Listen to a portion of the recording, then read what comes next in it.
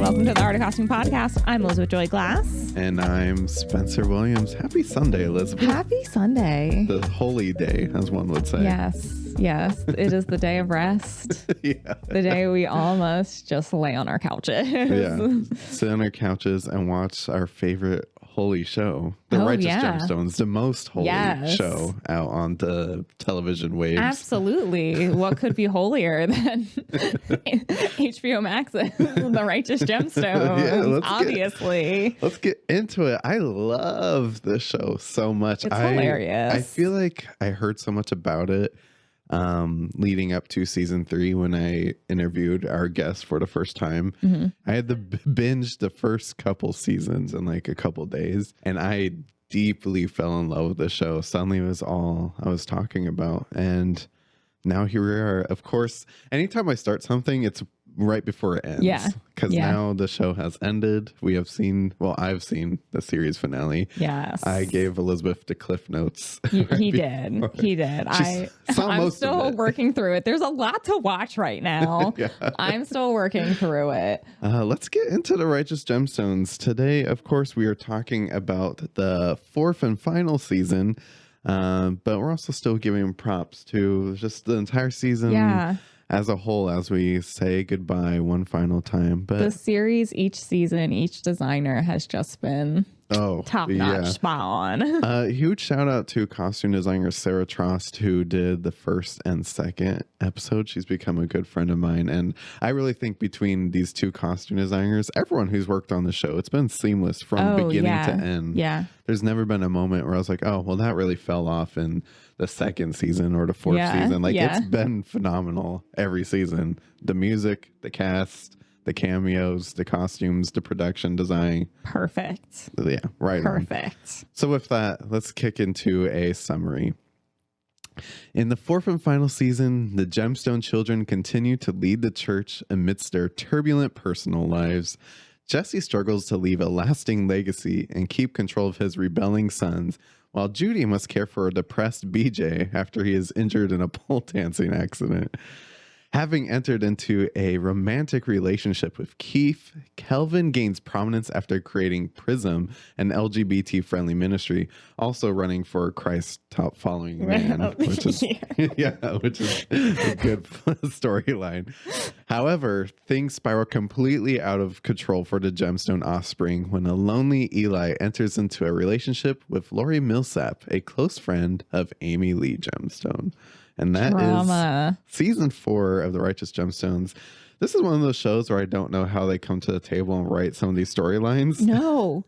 Danny McBride is like so brilliant. But I don't know how one could sit down and write BJ having a service animal monkey named Dr. Watson. Accident. That was so amazing. Who comes up with this stuff? And like that poor... I feel so bad for BJ in this series. And it's like the season starts off, I was like, he has something for himself. He's committed, like he's really and then just it falls apart immediately. BJ's a sleeper character, honestly. I love him. Ever since he had his breakup scene with Judy at the Outback Steakhouse in like season 1 or 2. Something like that. Yeah. Because that's something I would do. Anyways, let's go behind the costumes. As we said, we have creator Danny McBride, who also plays Jesse. Mm-hmm. Excellent.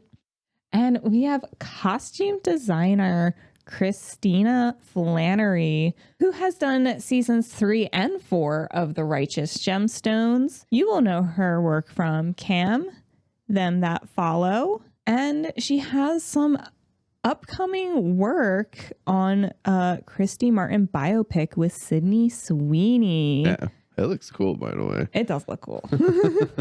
And she has gotten Emmy nominations for Righteous Gemstones season 3, and I'm gonna guess season 4. I hope so. I love Christina Flannery, and I love her costumes. I mean, they kind of make the show. They always have on The Righteous Gemstones. Oh, yeah. And I'm glad that finally the TV Academy is starting to recognize just how over the top their costumes are. They're insane. At like all times of the day, every episode. They're like so insane, but they fit so well into that world. Yeah. It's wild. It is wild. It's so good. Well, I am excited to say that just like in our third season, the third season of the Righteous Gemstones, Christina Flannery is back to talk to us about the Righteous Gemstones. So after this little break, I'm going to sit down with Christina and we're going to talk about each of the gemstones. Of course, Uncle Baby Billy, who's working on his character. Well, definitely probably my favorite character, who's working on Teenjus, the film about a teen Jesus. Jesus show. We talk about Kelvin's step into the top Christ following man and PRISM. And gosh, we talked about quite a bit, so I'm excited for you all to hear that. I can't wait to listen. So let's take a break and bring in Christina Flannery. Hi, I'm Dan, who does all the magic behind the scenes. I wanted to say thank you, and if you want to support the show even farther, go to tpublic.com/user/theartofcostume, where you can buy a couple variations of our logo on t-shirts, mugs, and stickers. Also, be sure to leave a like, comment, and subscribe. And if you're an audio listener, leave us a 5-star review on Apple Podcast. Now, back to the show.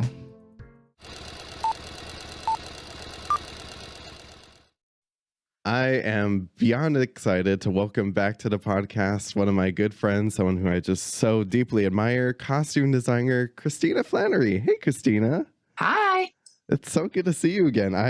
When we talked about the Righteous Gemstones, like 1,000 years ago, I just deeply fell in love with this show, and I've just been looking forward to this moment once again. So I'm so glad to have you back. This show's on fire right now. It feels like it. It really does. So, since the last time we talked, as I was just saying, I really feel like the show's kind of really blown up. And, part of that is, of course, the costumes, but this incredible cast is so funny. Plus, you were honored with a Emmy nomination as well for the Righteous Gemstones, which I was so excited for you. What has this journey felt like leading up to season 4? Before we get into the costumes. Yeah. Honestly, I will say it was really a shock to me to even get nominated. It was like, my ACD was like, we're going to get nominated. I was just like, shh, we're not going to get nominated. It's not happening. And then when it happened, it was just like ludicrous. We were losing our minds. We were obviously on the show when it happened. So we're just running through the halls of like Sears, which is where, where the Gemstones studio is at. So yeah, it was amazing. Also, while we got the Emmy nominations, I believe that we were shooting the telethon. So we were also just doing really insane stuff at the time. So it was really cool to have that excitement while also seeing like Danny, Edie, and Adam going up into the air in these jetpack costumes. But yeah, it's been great. It was this, the strike was rough for me and everybody else, I'm sure. And I was so happy to come back to the next episode of Gemstones. And then from then I did the untitled Christy Martin movie, which I'm very, very excited about with Sydney Sweeney. And which now I'm can't wait for. I'm so excited. And that director is like a complete legend. So it's been great, really. Yeah. Well, that's so exciting. And then, of course, we get this whole other season to now talk about to carry us through the rest of this year. I'm so sad it's ending, but I just really feel like this season is such the perfect send-off. There's so much to get into, so let's try to give it a shot. So what were those early conversations like with Danny McBride and a team as you kind of figured out, okay, what's the season going to look like? Also, maybe this is the last season. What did those conversations look like as you start going through those scripts, when you start seeing all these crazy moments that you and your team were getting ready to crack into? Well, I will say all the way to the beginning, when I was still at my house and just getting the first script, I had talked to our line producer in, I think November, and they were just like, it's going to be a lot easier this season, a lot less, heavy background costumes. We're going to do this and this. And I was thinking, oh, okay, great. We can maybe hone in on some of these storylines and, we won't die. And so when I got the Civil War episode, I was like, what? Excuse me? What the hell are you talking about? So that was insane. And, it's a lot, with filmmaking and especially TV, there's a lot of moving parts, a lot of, we're doing this. Oh, wait, no, we're doing this. Oh, wait, no, we're doing this. He's not available. We're going to do it. So it was like, we were going to shoot the Civil War episode. Then we had to wait. And then we started telethon. And then we went back to Civil War. And it was like insane. And as you know, me as a costume designer, I'm just not showing up in a suit. I'm like, for the telethon, it was going to have to be something insane. When I was talking to Danny about it, he really loved the idea of these, I don't know, kind of like Jetson-y, like campy costumes. So we actually decided to, instead of like ruining the costumes in the beginning, he decided we were going to do something a little bit different, which is where the angel costumes came in. Those actually weren't there as well. We had to kind of reformat that. And then not even that, that actually wasn't even that difficult in comparison to like Teenjus. Yeah. And I was just like, we went through a lot of different ideas with Teenjus. We even were like talking about silly ideas of like, should we do like Party City costumes that would be very junky and like taped together? And it actually was really funny. I was like, I'm kind of into this idea. But again, it's one of those things that kind of goes in circles, and, Danny's, we chat about things and work through it. So, this season, I think it was a tough one. We had to shoot double units at the same time. We had half the shooting schedule as we did the season before. So it was a lot more difficult. And also, as you know, we're shooting in Charleston. There's nothing there. There's not even a mall. So everything has to be outsourced. Lots of things have to be built. And it was a beast this season, but I think the payoff is good. I mean, there's a lot of range. Yeah, I was thinking of you when I watched that first episode, because I was like, okay, this is a period Civil War film. So now Christina is taking up the reins as a period costume designer for this one episode. So I get to ask you all the fun period questions. I get to ask the Sandy Powells and the Colleen Atwoods, like, what did your research and prep look like for this one episode? And of course, Elijah Gemstone's played by Bradley Cooper, of all people. So just take me back to like preparing for that Civil War episode. Yeah, I mean, the great thing is we are in Charleston, so we do have a lot more access to, all the literature that you would want. There's a lot of reenactors and things like that in that area. We actually were able to kind of go to the library and rent books and check books out. And just like working alongside of Richard, who is the production designer, and some of these concepts that we were coming up with that were, we saw in articles, like there was talks of like there being like a camel, because there was like certain kind of groups that had random animals. And I don't actually know, because up until it didn't happen, there was supposed to be a camel. So that was quite interesting.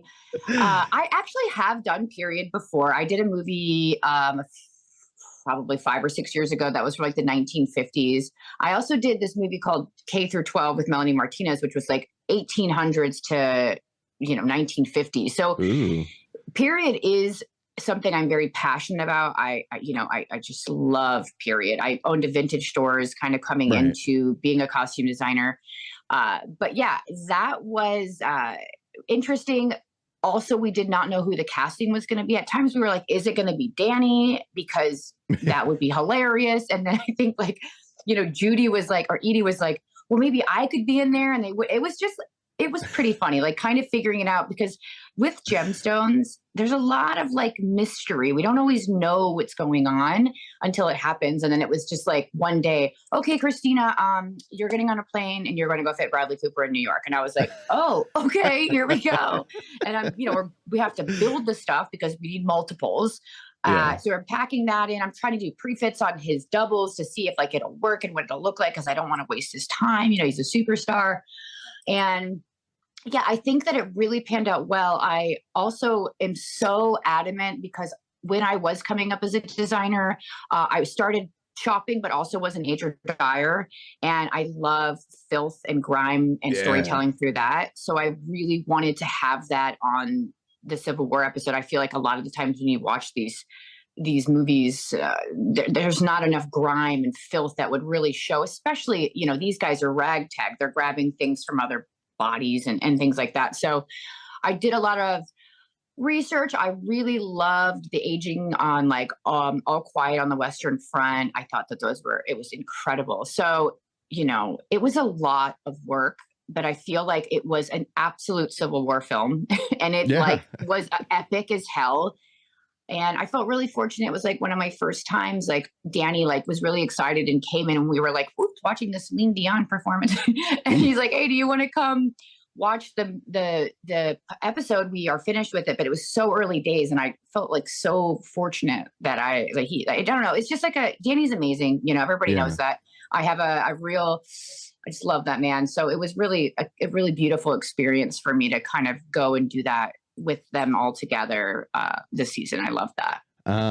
Let's move back to the present for a little bit. So Eli Gemstone is really living his best Margaritaville Jimmy Buffett life when we meet him in episode 2. I have to imagine this was a lot of fun bringing Eli into this life. So what were your kind of inspirations in bringing him into this retired lifestyle? I mean, it's honestly, it is how John Goodman is now. I feel like, you know, he does live in New Orleans now. Now he lives in Charleston.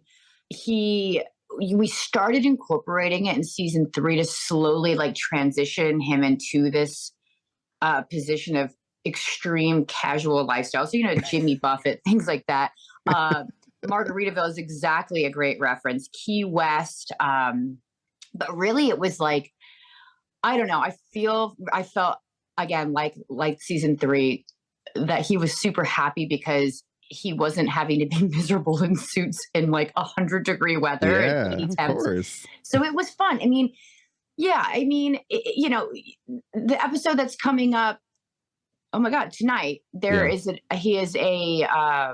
he's in the Teenjus, you know, Baby Billy's kind of talked him into something, and it's very, very funny. And that was a silly little costume that we did with him, which I'm excited to see how that episode turned out. But one thing that was interesting is in the script, Danny did write about him having this outfit that I believe it was kind of like implied that Lori bought it for him or whatever, but it was that weird outfit with the Kangol hat and the linen set that kind of looked like White Lotus a little bit. So that was funny because, you know, it's been a year. It's been such a long time. I've done so much, and I coming on the screen and being like, what was I thinking? Like, but also I was like, hey, to be fair, that was written into the script. Most things are not. But they thought that shit was funny. It was so funny. It was so ridiculous. So good. And with the long hair, I was like, I'm never gonna live this one down. But yeah, that was a fun one, and it was so silly. But yeah, I mean, I feel so you don't like. Unfortunately, you don't get to allow a lot of actors or models or whatever to be in these elements where they can be comfortable, and it's like a gift. You know? Sure. They were so excited. I know. I'm like, I want to start dressing like this. I think his wife went and like bought some things. Of course, he kept some things. And I mean, yeah, it's not too far fetched from what he wears like on his day to day. That's so funny. Mm-hmm. He is Eli Gemstone. He is. Kelvin goes on such a incredible journey in this season. Of course, we see Kelvin and Keefe launch PRISM. Kelvin wins the top Christ following man. And this, of course, like leads to a flurry of like fun, colorful costumes. I love all the photo shoots he's doing. It's so much fun. Did you feel like you really got to play with Kelvin's costumes this season, just really taking him to the top of his game? Yeah, I think this season, you know, I love the PRISM storyline. We were talking, you know, as we're on the show, we don't know what's going to be, you know, the scripts are coming as we're there. So we don't really know what's going to happen or what's going to pivot or things. But I loved the storyline of PRISM. I loved being able to kind of join Keefe and Kelvin together. And a lot of the PRISM looks that we did were very cohesive. And I don't know, it was just really fun to push him. I mean, again, coming into season 3, I was kind of going in the hype priest world. And then I kind of started transitioning into this extreme, like flamboyant, fun, out of the box. He's like, you know, he's in his queer true self. And it was really, really, really fun. We did some JW Anderson, Gucci. Of course, we always do Gucci on Gemstones. And, he had a lot of his cool shoes, but overall we even had like Golden Goose, like matching sequin outfits and like Comme de Garçon. And I don't know, those two are so fun to dress. And, that Gucci shawl he's wearing at like when he first goes to the Top Price Following Man, when it kind of gets shut down by Stephen Dorff's character, and he's wearing this like, I have a photo of my costumer like behind him, like this between takes, just brushing the shawl down, or like so he doesn't like because it pokes up and stuff. But it was fun. I'm gonna miss that flamboyancy and peacocking that I got to do on that show, and I think really this season with Kelvin we've pushed it really, really far. And I'm very fortunate that we got to do that, because it's crazy. It's that one jacket he was wearing, we had to alter it like 3 different times because he was getting jacked. We were like, damn, dude, like stay out of the gym. Like, yeah.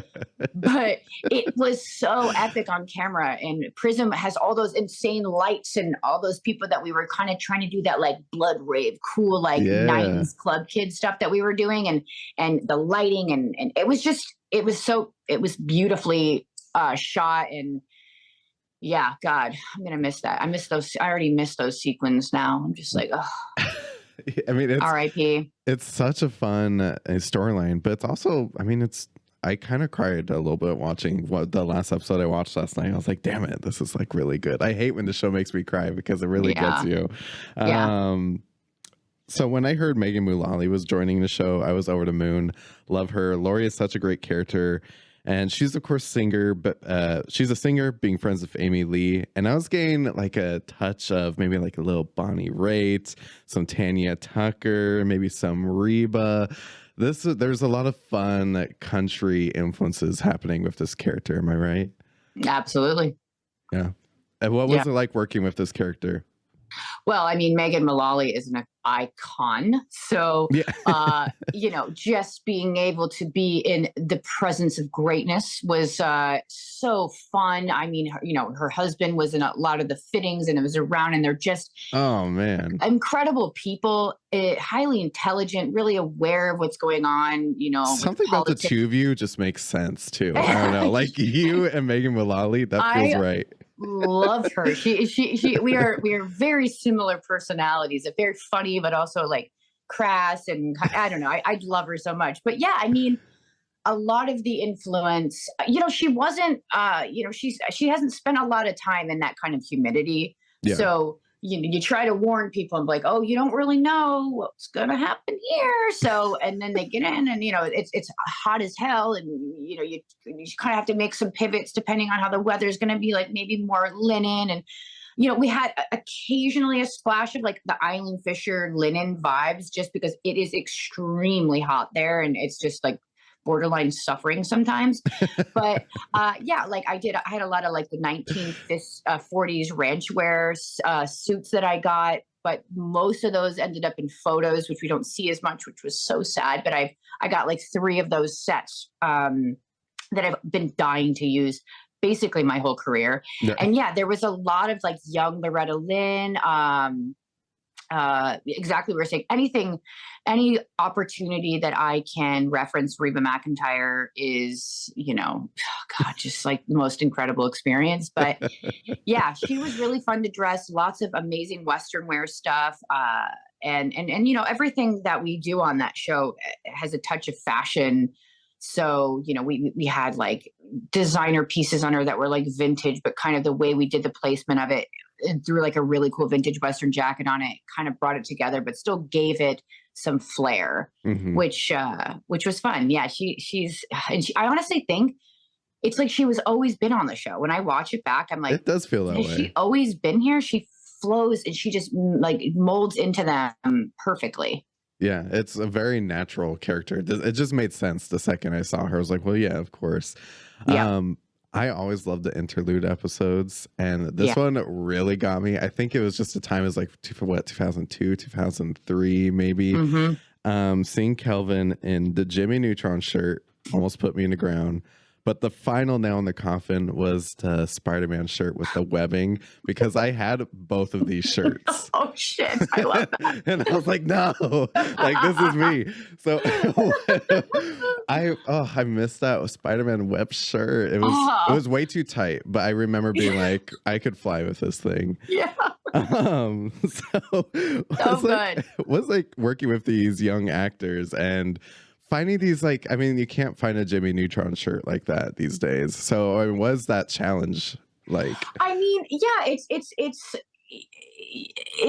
they're growing. They're so amazing. They're so talented. They're so funny, and they really encompass Jesse and Judy's character, specifically those two, so well. It's like, whew, freaky when you're working with them.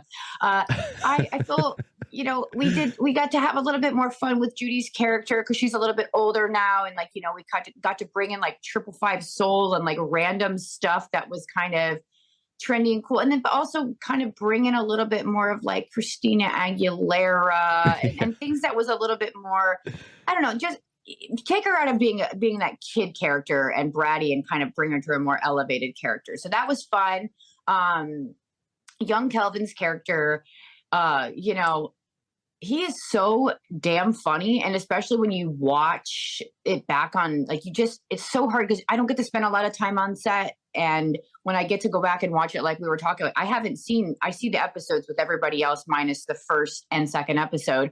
right. And just watching him, he is so funny. And that Spider-Man, there's certain things where I'm like, I will die on the cross for this. And that Spider-Man shirt was one of them. I was like, yeah. I have to have this Spider-Man shirt. And it was so damn funny. And I love that you always notice details, which I think is great about you. I don't think anybody's even brought that up to me. And I think that shit is the wet. Like, I'm like, is this like early days Rick Owens? Like, what are we doing here? Yeah. So it was like a time where like Target, you would go and they would be like the shirt and the pants, but it would like say like, you know, has like the webbing in it. It would come in like a pack. I vividly, because I had a Batman one too. Yeah. So I'm like, I remember getting these. It was spooky, honestly. So if you were like tripping probably.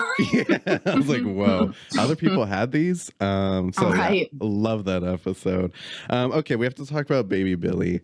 First of all, Walton Goggins is on a rocket ship to another planet, and I just have to say, I kind of pinpoint the moment where I really started noticing it was the Payday song in season 3 in the show costume. I'm just saying that's when I really started to notice it. So props to you and your team. Thank you. But of course now he's on White Lotus and Fallout and so on and so forth.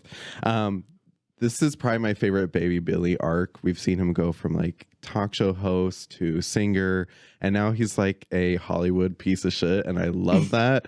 It is the best arc. He's just become a full-on monster, and I love it. He's just like, I mean, you probably know this character yourself, these Hollywood directors. I mean, how did you guys evolve this character this season? Yeah, it's, God, I mean, it's Walton. Oh God, it was just so funny coming into it this season because Walton did come straight from White Lotus. Like, it was like, you know, a completely different character that he's playing. Right. And coming in and landing in this world where I'm like, hey, it's me again. We're going to do something weird and probably stupid. But he's so game with everything. And I have to always give Walton the shout out. I think it could not happen to a better person. I'm loving seeing this trajectory of him. He deserves it. He's just, for me, you don't have a lot of actors that are so supportive of costume design and really understanding it. And damn, man, he is an advocate for costume design. So shout out to him. And this season was fun because, you know, we get it and it's like, he's this cokehead, like director. And he's thinking he's just got such a big ego now because of the success of his past, you know, things in season 3. So obviously it's like, where can we go from what he was last year? And I'm like, oh, obviously 70s porn director. Like, of course that's where we're going to go. Oh my God, that's it. Yeah. So it's like, we went that direction. And, you know, there was a lot of amazing things that I found, like the Vivienne Westwood 2-piece set with the cards on it which did not get enough airtime, but because he has so many looks that you want to get in, you're like, damn it, I got to get it in somehow. So it was like, those kind of looks were great. You know, we custom built that telethon look, which is like liquid. Love that fabric. So beautiful. So beautiful. Yeah, it's so good. And again, it's a challenge because, you know, season 3, I feel like he really like that oyster shell was just like so much for me and for him.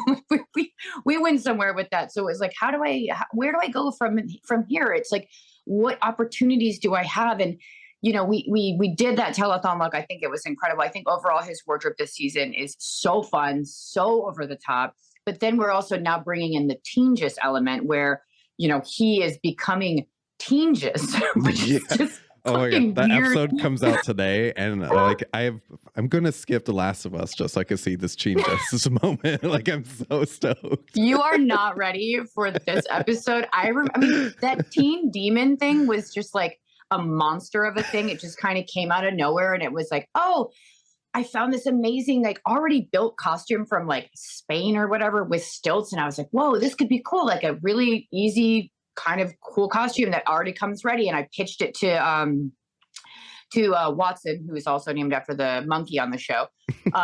Hey, what do we think about this? And then I was like, shit, I can't get it in time. And then I had already signed us up for stilts. And I was like, damn it, dude, what am I doing to myself? And then I had to make a costume because that one couldn't get in time, and then add the stilt element to it.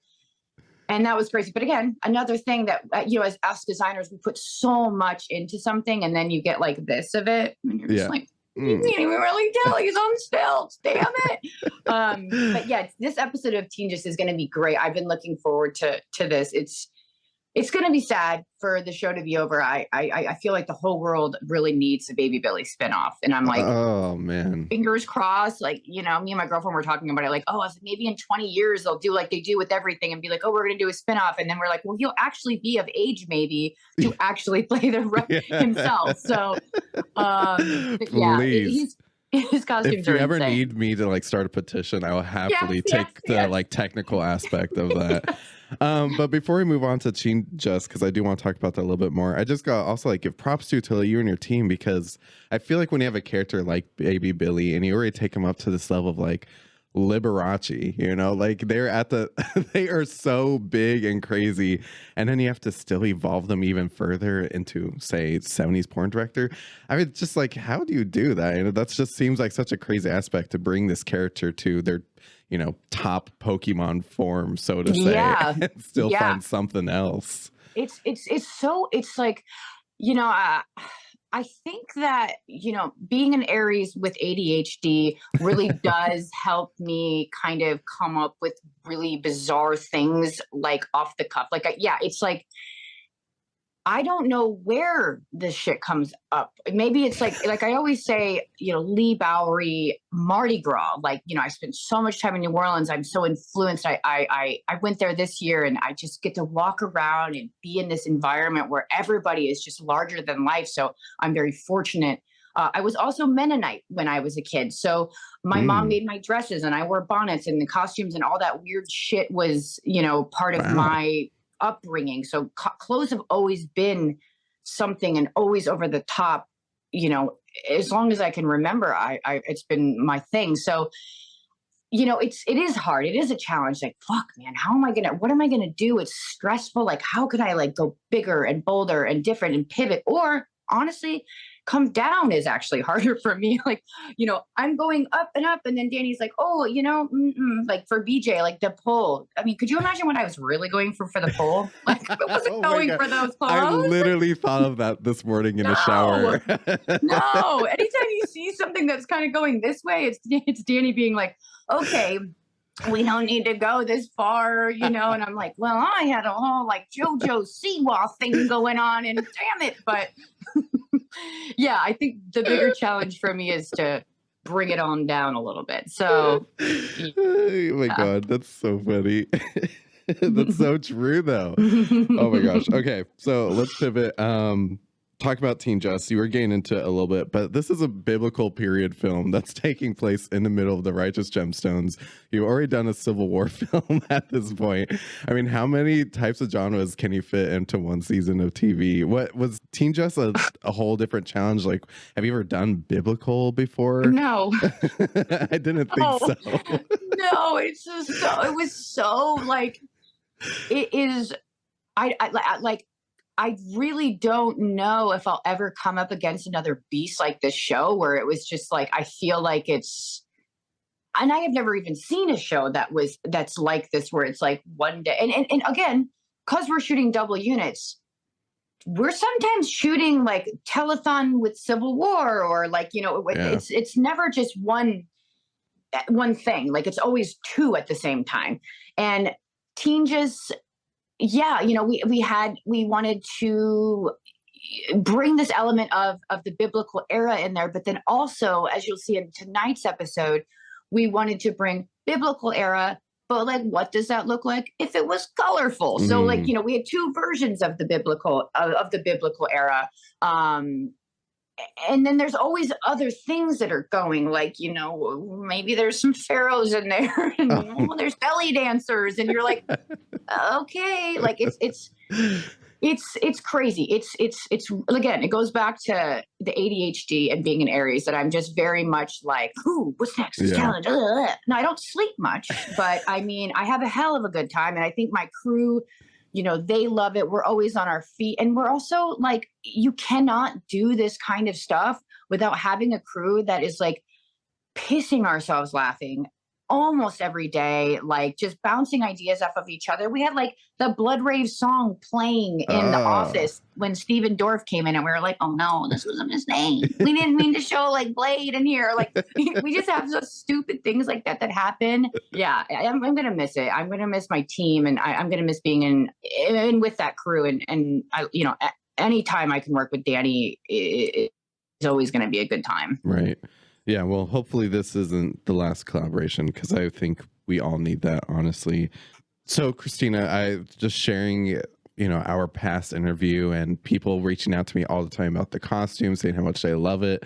Usually, people are messaging me about Baby Billy, and of course, Judy and Keefe. Those are like really the big style icons, I feel like, that people love to see. Their storylines maybe aren't as big as Kelvin's this season, but they still have some really incredible looks. I mean, do you have any fun moments working with Judy and Keefe this season? Every time I work with Tony Keefe, it's, he is a vision. I worked with him in a movie right after this, which was the Sydney Sweeney. So it was like, we're here and now we're here. And it was a big difference. It's, I don't know. Judy's costumes are so fun. She's so exciting, and she's just, she really is the funniest character on the show. Yeah. And she is like in the boys club, but kind of the leader of the pack. And like, I don't know. I just get to have so much fun with her. That blue crazy gown she's wearing when the monkey's throwing like fajita meat at her is just like, so I'm fixing myself.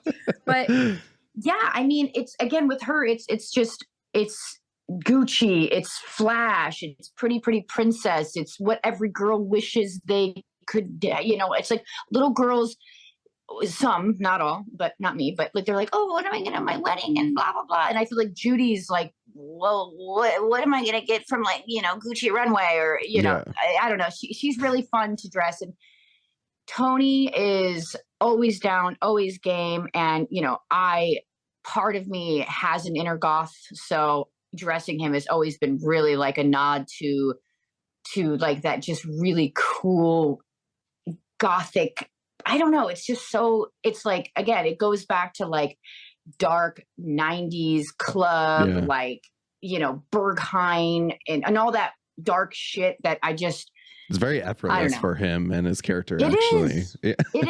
It's so easy for him, and I'm gonna miss the hell out of dressing him too. It's never enough leather, never enough black. So yeah. That brings us to the end, and I'm kind of sad to say, but since we're talking about the last season here, we were talking about it a little bit, but I mean, I would love for you to just give like that a final shout out to your crew, because it's such a massive show and you can't do it by yourself. I mean, you have assistant costume designers. The aging and dying is incredible. I mean, just tell me about this crew and all the people that really made this happen over the past 2 seasons, especially this 4th season.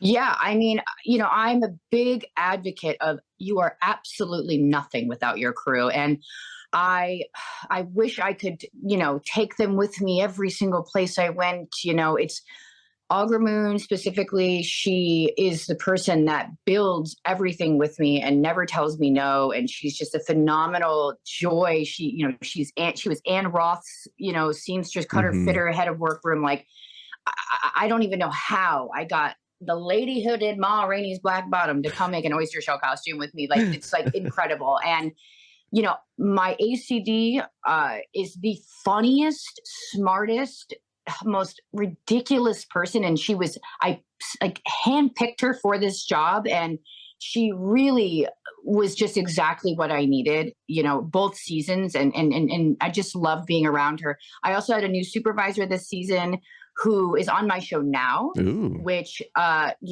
don't even know how she managed to do these 2. We're one crew doing 2 shows at the same time. So it was double the amount of work with the same amount of crew. And that scheduling and everybody doesn't even realize how much that goes into the paperwork, the scheduling, finding people. Hello, we need 50, additional costumers today. Help. And sourcing, a lot of that Civil War stuff. And she does it with grace. And I'm just like, I'm just fortunate to have her. I'm actually staying in her apartment now while I'm in LA. So even more amazing. But yeah, my agent dyers are incredible. My costumers are incredible. My shoppers. It's again, it goes back to, we work our asses off and then we go to Graft and have amazing natural wine every weekend. And we go to the beach together and we go swimming, and it's like a sleepaway camp. And that is, I'm so fortunate. And again, I already miss it. And we have a group chat still going to this day. And I don't know, it's sad. It's really sad. I'm going to miss them. And someday I'm going to get a big ass show again, and I'll be able to bring us all back together again. And that's my hope. Yeah, that's beautiful. And you could all text each other in a group chat today while you're watching Teenjus. I'm sure that's happening. God, yeah. Oh my God. The Walton conversations, let me tell you. And final question. What has the Righteous Gemstones meant to you and your career, Christina? I think that for me, it is, it is everything to me. It's been allowed. It's working with somebody like Danny McBride, who has been like opening the doors to say, be you, create, do whatever you like, whatever your heart's desire. So in a way, I have gotten to be Judy Gemstone, and I could tear up like talking about it. It's pushed me so much. It's humbled me a lot. And it's just like, again, I was living out my wildest dreams. And it's really, we always have imposter syndrome, and I think we always will. And that was a really good show for me to go, damn, I am pretty good at this. Yeah. So I'm so grateful. I'm so grateful for the Righteous Gemstones for doing that for me. And it was always a show I wanted to work on. And I can't even believe I was so fortunate enough to land that job and push my own boundaries. And I don't know, I'm just so fortunate. And, look at all those amazing actors I've gotten to work with. I mean, Walton, like I said, is just fucking incredible. But yeah, so I could go on and on about it. I'm loving it. I'm loving this episode. I'm also happy it's over. I think it's a great time to wrap it up. I hate when shows go on for 7 seasons and you're like, babe, that should have ended 3 seasons ago. So yeah, it's been fantastic. Well, I'm just so happy for you. I mean, this couldn't happen to a better person. Congratulations. It's such a great series, and congratulations to everyone on your crew. And I can't wait. We have 2 more episodes. I know this is going to happen. I'm going to watch the last episode. I'm like, fuck, I should have waited a whole other 2 weeks to talk to Christina. Last time it was Bible Bonkers. So let's see what is this time that's going to ruin my evening in a good way. So. I can't wait for you to see the finale episode. I am so excited. There and I go. will say June 2nd, when we do our panel thing, I am bringing one of the costumes from the finale episode, and it is a Slay the House Down boots. Oh, it is so good. Well, I forget. I get to see you again, and we could talk about this some more soon. So costume designer Christina Flannery, thank you so much for joining. This is so much fun. I love chatting with you.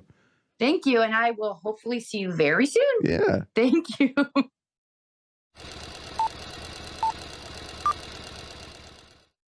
Spencer, I love your interview. She knows what she's doing. She knows how to talk about it. Yeah. I mean, because Christina Flannery really is, she is a part of the Gemstones world, you know? I think she would be friends with Judy, Kelvin, and Jesse. They would go to her as the stylist for the Gemstones, and Eli would probably hate it. Oh, yeah. He'd be like, what do you need a stylist for? But then he'd just like throw up his hands and like walk out of the room. Yeah. He'd be like, okay, do whatever you want. Yeah. Oh, it was so fun. I love talking. I mean, the fact that she had to essentially design 2 period films within the series. The first episode with Bradley Cooper. I did not see that coming. Right, which everyone was like, huh? And then Teenjus. I mean, that's like a whole other note. Like she's doing biblical work, you know, like you would see in the Book of Clarence or, you know, anything else biblical. So, I mean, props to Christina and her entire team. What a great send off. Of course, this interview happened a couple days before the finale where we got to see Keefe and Kelvin's wedding. I knew that was going to happen. I knew there was going to be something good in the finale, and I missed it. But I'm going to be seeing Christina in a couple weeks, actually. So I'm probably just going to be bugging her about that. Be like, okay, I need these extra details. So if that feels kind of silly, but we have to give a Stitch rating on, should we do the final season of the Righteous Gemstones or the Gemstones as a whole? Let's start Righteous Gemstones, season 4. What's your Stitch rating, Spencer? Out of 5? Yeah. I'll give it a 4. Only because I was really getting fed up with the Gemstones and being mean to Lori and Eli the first half of it. I was like, enough. Like, kids, grow up. It was pissing me off. I know it's a part of the like arc, but I was getting really frustrated with it. Same. I'm at like a 3.5 because of that. Because I was like, there were times I was like, this is going too far. Guys. And I was like, I need to go watch like The Gilded Age or something. I need something like... I really wanted Eli to be happy, and they made us wait for it. But we do get there in the end. Yeah. So, you know, of course, which I knew would happen. But sometimes you just want to take the 3 siblings and just shake them to death, and honestly. Be like, what are you, like, your poor father. Like, he's living on a boat. Like, just let him do what he wants. He doesn't care anymore. But the series as a whole, excellent 5 out of 5 Stitch rating for me. Absolutely. Yeah. No, I mean, no question. Yeah. It's just, I can't think of a single episode in this series that I've been disappointed with. No. Like, it starts, I mean, they had Joe Jonas in the 2nd season. Oh, like, yeah, I forgot about that. And just like the way Walton Goggins as baby Billy has like captivated the world looking at this 4-season arc. I mean, it's just a perfect series to me. And you know it's a perfect series because they're going out on their terms and ending with the 4th season. That's how you know that they're on a high. Yeah, absolutely. 5 out of 5. Oh, gosh. Well, let's play One Costume Rule Them All for our final time with the Righteous Gemstones. Yes. Hit it. The one costume to rule them all. Spencer, what's your one costume to rule them all? Okay, well, honorable mention. I kind of went back and forth on this. You did. I'm going to say my honorable mention has to go to this very quick scene when the Gemstones in season 4 go to find Eli on his boat and they throw on their most ridiculous yacht costumes. It's so stupid. So good. And just to me, like, that is the like typical Christina Flannery like touch, especially like Judy with the red sailor's hat. It's so silly. I love when the siblings are like dressing cohesively. Yeah. It's absolutely like what would you would see in like a Cole's family photo of like, because it's all the kids and they're like nautical little uniforms, like in front of like a like blotchy. They did like, the same thing screen. in season 3 when they went to the racetrack. Yes, but it's like made for a grown up, so it's like it looks ridiculous. It's so good. But my one costume rule them all has to go to the very end when we saw Keefe and Kelvin in their wedding looks. You're usually the wedding person, but I had to be the wedding person this time. I love Keefe's like gothy wedding look. It's so dope. Kelvin in that white with the cape. Oh, it's so like, sweet. I was crying. I was literally crying. What was your one costume rule them all? So my one costume to rule them all came from the first episode. And again, it's the Gemstone siblings dressing all alike in something I totally saw in like church, like nativity pageants growing up. It's their angel costumes with the hover whatever to fly across the audience for their mom's special. It's ridiculous. It's so ridiculous. And like, it's also very simple, which like literally like I have seen children in the flesh in this costume, but it's on these full grown adults. It looks ridiculous. And then they have like this bizarre technology to like allow them to hover over the it's so ridiculous. It's so them. It's so adorable. The wing construction is so cute because it almost has like a musical theater quality. Oh yeah, which makes it even that much more fun. Where it's not like real feathers, it's very theater like, which makes it even more campy and over the top. So chef's kiss. It's absolutely. It's such a good one. And it's like I saw this and I was like, oh, this is gonna be a good season. yeah, that's like right out of the bat too. After that period first episode, and then the second episode is just costumes after costumes after costumes. And that brings us to the end of the Righteous Gemstones. I'm kind of sad about it. I know, but I'm like holding out hope that they're gonna do like a Baby Billy spin-off or like a Righteous Gemstones movie. That'd be fun. I kind of feel like maybe it'll be like a Gilmore Girls situation where in like 10 years they just do like a mini series that catches you up like with where everybody is in life, which I'm gonna guess is probably not very far. Yeah, probably not. Unless it's Baby Billy like on a red carpet somewhere. Or Baby Billy in like an alleyway or something. I don't know. It could go either way. Well, if you enjoyed this episode, make sure you email us at theartofcostume@gmail.com. Make sure to let us know what your one costume rule them all is from the Righteous Gemstone season 4, or honestly any costume from the 4 seasons now that we're at the end here. Make sure you follow us on Instagram at the Art of Costume Pod, TikTok at the Art of Costume, and all right, well that brings us to the end of the episode, and we'll see you in our next episode. In 2 weeks.